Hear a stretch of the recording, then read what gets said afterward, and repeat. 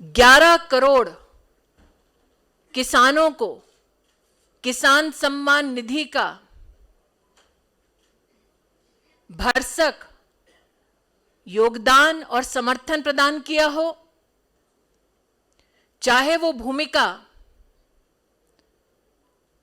हमारे देश के SC/ST समुदाय को और भी सशक्त करने के सरकार की भिन्न योजनाओं का योगदान हो, राष्ट्रीय अध्यक्ष जी ने अपने अध्यक्षीय संबोधन में इन सारी स्कीमों का उल्लेख किया। भारतीय जनता पार्टी के कार्यकर्ताओं ने कोविड के समय सेवा ही संगठन के माध्यम से हर बूथ पर, हर ब्लॉक में, हर प्रदेश में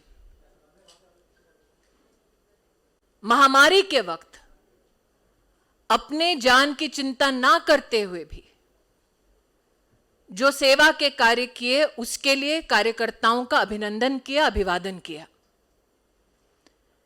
इस बात का विशेष उल्लेख राष्ट्रीय अध्यक्ष जी ने प्रधानमंत्री जी की उपस्थिति में कार्यकर्ताओं की ओर से किया कि भारत एकमात्र वो देश है जहां 25 महीने 80 करोड़ नागरिकों को मुफ्त का राशन भारत सरकार के सौजन्य से पहुंचाया जा रहा है, ताकि समाज का वो वर्ग हम सुरक्षित कर सके जो महामारी की चुनौतियों से जूझ रहा। महामारी के वक्त भारत का अभूतपूर्व योगदान वैक्सीनेशन में विश्व पटल पर सम्मानित हुआ, सराहा गया, जिसका उल्लेख राष्ट्रीय अध्यक्ष जी ने कहा। आज इस अमृत काल में भारतीय जनता पार्टी के राष्ट्रीय अध्यक्ष जी ने इस बात की संगठन को, प्रधानमंत्री जी को विशेष बधाई दी कि राष्ट्रपति पद की उम्मीदवार द्रौपदी जी इस अमृत काल में यह संकेत है कि आदिवासी समुदाय के प्रति हमारे संगठन का समर्पण, महिला नेतृत्व के प्रति हमारे संगठन का योगदान, ये द्रौपदी जी के उम्मीदवारी में प्रतिबिंबित होता है। आज एक तरफ प्रधानमंत्री जी के यशस्वी कार्यकाल की बधाई देते हुए राष्ट्रीय अध्यक्ष जी ने इस बात की ओर भी देश का ध्यान आकृष्ट किया कि राजनीतिक पटल पर राष्ट्र के उत्थान का यह संकल्प प्रधानमंत्री जी का मात्र 8 वर्षों की सेवा तक सीमित नहीं है। 20 वर्षों तक सतत संवैधानिक पद पर रहकर प्रधानमंत्री जी ने समाज कल्याण और गरीबों के उत्थान के लिए जितने भी कार्य किए, वो हम सब कार्यकर्ताओं के लिए प्रेरणा है।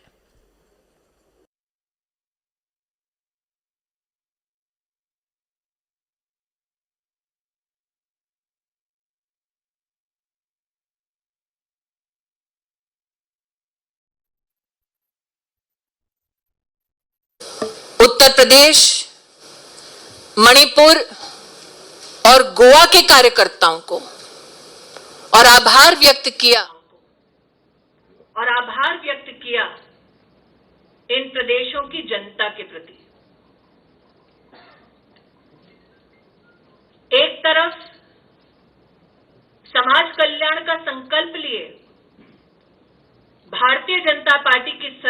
केंद्र में और प्रदेशों में काम कर रही है, दूसरी ओर भ्रष्टाचार और वंशवाद से पनपे हुए विपक्षी पार्टियां समाज कल्याण और राष्ट्र को सशक्त करने वाली योजनाओं और कार्यों में किस प्रकार से बाधा उत्पन्न करते हैं, इस पर भी विश्लेषण राष्ट्रीय अध्यक्ष जी ने करा। एक विशेष आभार, एक विशेष टिप्पणी राष्ट्रीय अध्यक्ष श्री नड्डा जी ने पश्चिम बंगाल, केरल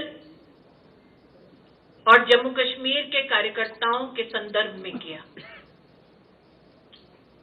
राष्ट्र इस बात का साक्षी है कि हमारा कार्यकर्ता बंगाल, केरल में किस प्रकार से मौत के घाट उतारा जाता है। राष्ट्र इस बात का साक्षी है कि हमारा कार्यकर्ता जम्मू कश्मीर में अलगाववाद का सामना राष्ट्रीय संकल्प के साथ भारत के परचम के तले कैसे अपना योगदान देता है। इन तीनों प्रदेशों के कार्यकर्ताओं के शौर्य और बलिदान को राष्ट्रीय अध्यक्ष जी ने नमन किया। आज एक तरफ राजनीतिक और आर्थिक प्रस्ताव के अंतर्गत चाहे वो डिजिटल इंडिया की योजनाओं की सफलता हो, चाहे वो गतिशक्ति कार्यक्रम के माध्यम से भारत में लॉजिस्टिक्स इंफ्रास्ट्रक्चर की दृष्टि से अमूलचूल परिवर्तन की व्यवस्था हो, चाहे महिला कल्याण के संदर्भ में 11 करोड़ शौचालय का निर्माण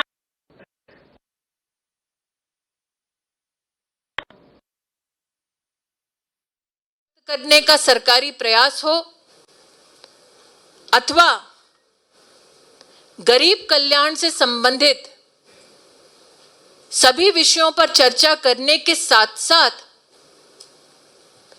आयुष्मान भारत योजना में सम्मिलित सरकार के संकल्प के प्रति अंतर्राष्ट्रीय स्तर पर जो उत्सुकता है, उसका भी विशेष उल्लेख राष्ट्रीय अध्यक्ष जी के उद्बोधन में रहा। राष्ट्रीय अध्यक्ष जी ने 170 मिलियन कार्यकर्ताओं के इस परिवार में किस प्रकार से अंतर्राष्ट्रीय स्तर पर और भारत में नो बीजेपी के कार्यक्रम के अंतर्गत राजदूतों ने रुचि ली, इसका भी उल्लेख किया। आज एक तरफ कंस्ट्रक्टिव पॉलिटिक्स और नेशन बिल्डिंग को समर्पित भाजपा के कार्यकर्ताओं ने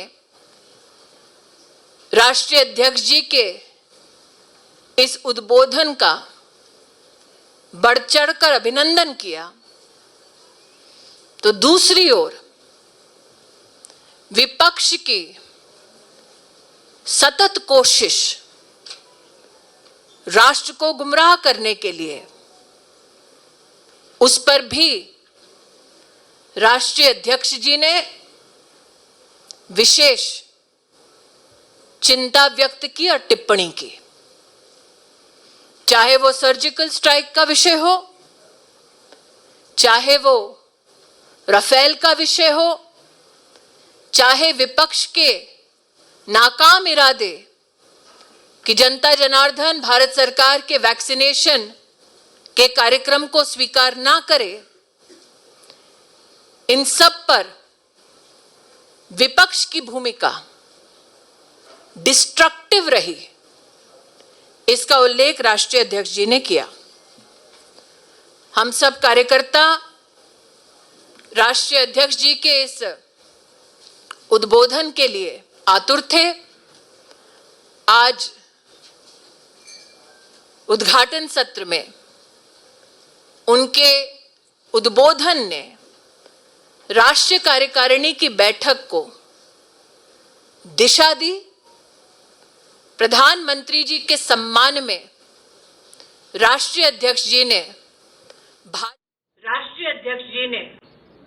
भाजपा परिवार के कार्यकर्ताओं के मन के भावों को प्रस्तुत किया।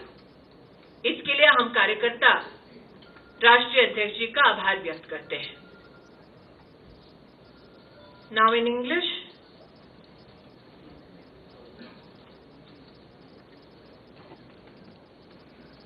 Today the National President of the Bharatiya Janata Party, Shri J.P. Nadda,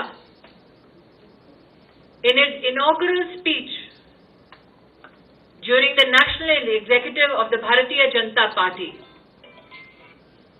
paid homage to those who gave their lives in the Indian freedom struggle. The Honorable President reminded the nation at large of the sacrifices made by citizens during the Indian freedom struggle who hoped to build a resilient nation where every citizen has access equally to opportunities, where women who are emancipated lead in various stratas of society, and where the young receive assistance and support to serve the nation at large. It is this dream of those who gave up their lives for our nation's freedom. It is this promise to build a strong India that is being diligently served by the Honorable Prime Minister of India, Shri Narendra Modi. In his inaugural address, the National President of the Bharatiya Janata Party expressed gratitude of every BJP Karyakarta towards the Honorable Prime Minister for his 8 years of leadership, good governance, and empathetic administration as the Prime Minister. While the National President celebrated the good governance of the Honorable Prime Minister's 8 years of service, he joined the Karyakartas of BJP to acknowledge his consistent service of 20 years in public office. Today, the National President, Shri J.P. Nadda, in his inaugural address, highlighted the sacrifices of Shyama Prasad Mukherjee, who gave his life so that we as a nation could stand under one flag, united by one constitution. The National President, Shri Nadda, gave thanks to the Honorable Prime Minister and the Honorable Home Minister for their stand historical in the Indian Parliament on Article 370. On the other hand, it is my party's pride that Deen Dayal Upadhyay ji spoke of emancipation of the poor, spoke of justice for all, spoke of equal opportunities to every citizen. It is that promise of Deen Dayal ji that has been kept by the Honorable Prime Minister through his various schemes that are particularly dedicated to the poor citizens of our country. The National President today expressed his salutations for the responsible, pro-poor government of Narendra Modi. Nadda ji today, in the inaugural speech, spoke elaborately on various government schemes, be it Jan Dhan Yojana, which has provided economic support and emancipation of close to 45 crore Indian citizens,